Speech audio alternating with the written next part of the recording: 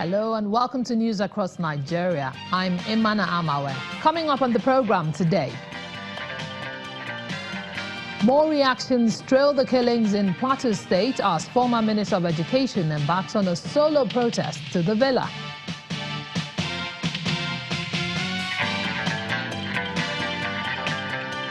British High Commissioner to Nigeria calls for stronger push for girl-child education in the country.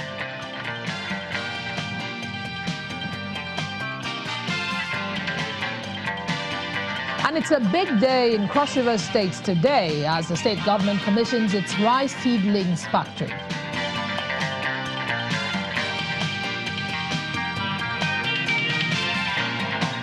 Welcome to the program that brings you news from the length and breadth of Nigeria.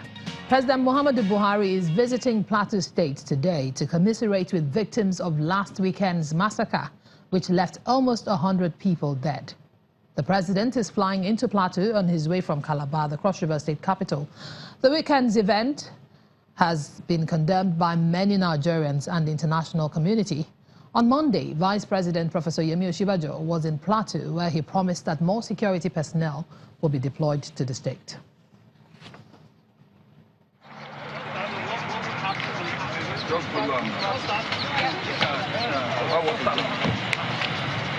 Let's cross to the other side. Former Minister of Education and co-convener of the Bring Back Our Girls campaign is on a solo protest march to the villa. She's protesting the incessant killings across the country, especially the most recent one in Plateau State. She is, however, stopped by security personnel attached to the first screening point on the three-armed zone leading to the presidential villa. Her banner is seized just as cameramen were chased away by armed police officers.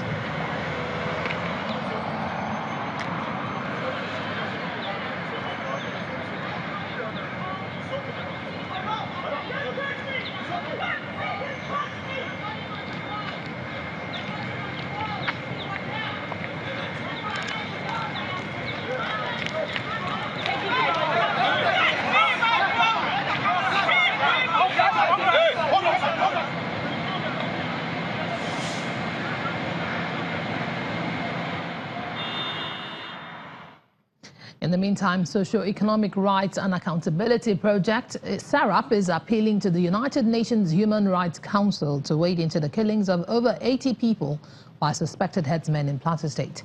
In a letter to the permanent representative of member and observer states of the council, SERAP is urging the Human Rights Council to adopt a resolution condemning in the strongest possible terms the ongoing killings and revenge attacks on innocent Nigerians.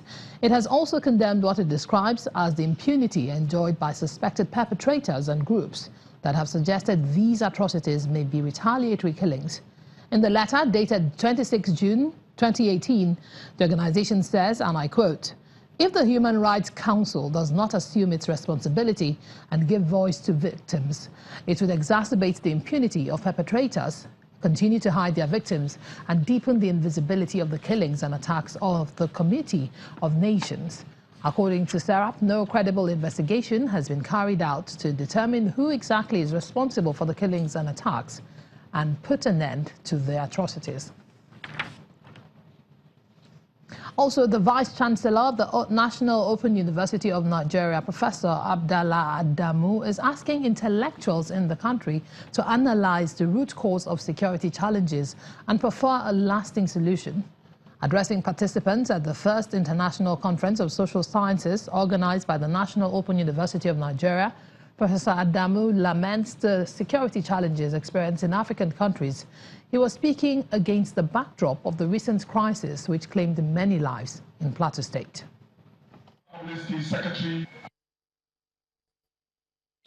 During academic conferences, scholars network to find solutions to issues that pose challenges to the world and to expand their understanding of the universe in which they belong.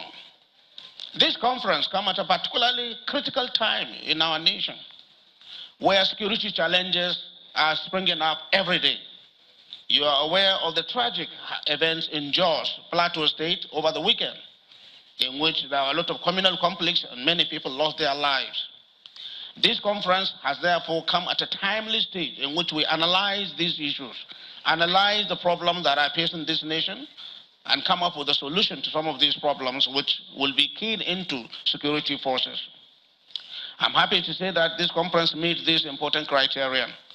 The theme of the conference, as I understand it, integrates the claim that Africa is incapable of sustaining human flourishing.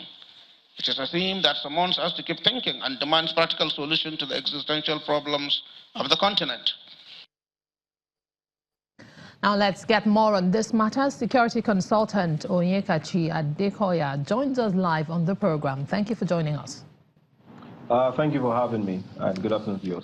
Well, let's start with the killings in Plateau State. Amongst other security challenges we're facing as a country, 86 deaths were confirmed by the State Police Command. Of course, there are reports that the figure has risen. What was your first reaction to this? You know, people say different things about security in Nigeria.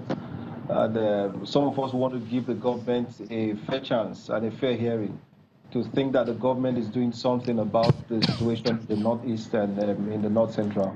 My first reaction was that of utter shock, utter surprise. I just couldn't believe the amount of people reported dead. Well, these killings reportedly went on for a long time and actually for hours, according to the villagers.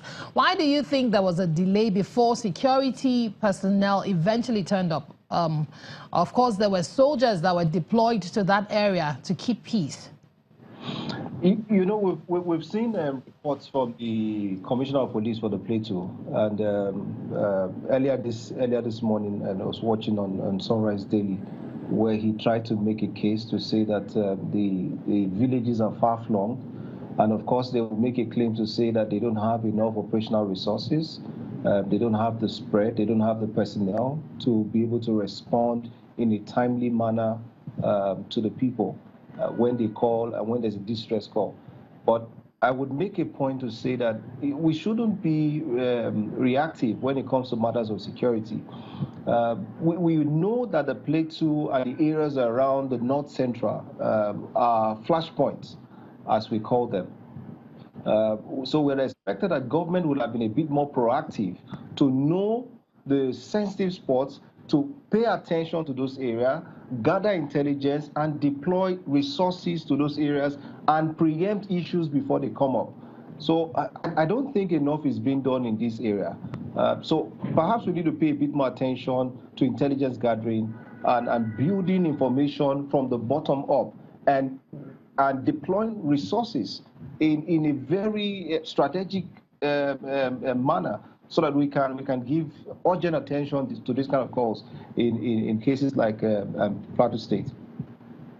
Just as you've said, the response has lately or in recent times been mostly reactive.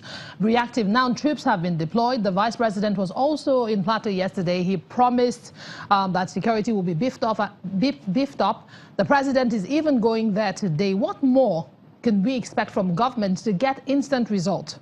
Of course, intelligence gathering is there, but what more exactly? So you know, I mean, we can deal with the cosmetic issues, which is to deploy an AIG or DIG to the place. The president can go there, the vice president can go there. They won't live there.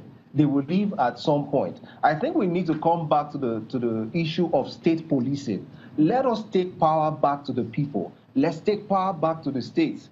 The state governors have not shown enough concern for the Nigerian populace. They need to take back, rather forcefully also, they need to take back the control of the police within their states. This and only this will give a lasting solution to the issue of security in Nigeria. Because you put a commissioner of police there, he's not from Plateau State. After his tenure, he will leave. There's no consequence of failure of security in Nigeria. 200 people are dead. Nobody's saying anything. Nobody's being fired. Questions are not being asked. Somebody will make a report on a piece of paper and try to justify some level of ineptitude and poor response. So it will just be a charade. President come, president go, VP come, VP go. The issues still remain. We need to have people at the state community level we will hold responsible for security. The current arrangement we have in Nigeria is not working and it will continue to fail. So I think that we need to come back to the serious call for state policing so that we can hold the state governors and the local government chairmen responsible for security in their wards and in their areas. All right, thank you very much, Onyekachi Adekoya, for joining us on the program. We'll take a moment now, and when we come back, the National Orientation Agency says youths need to be more aware of the impact of violence on society. Details shortly.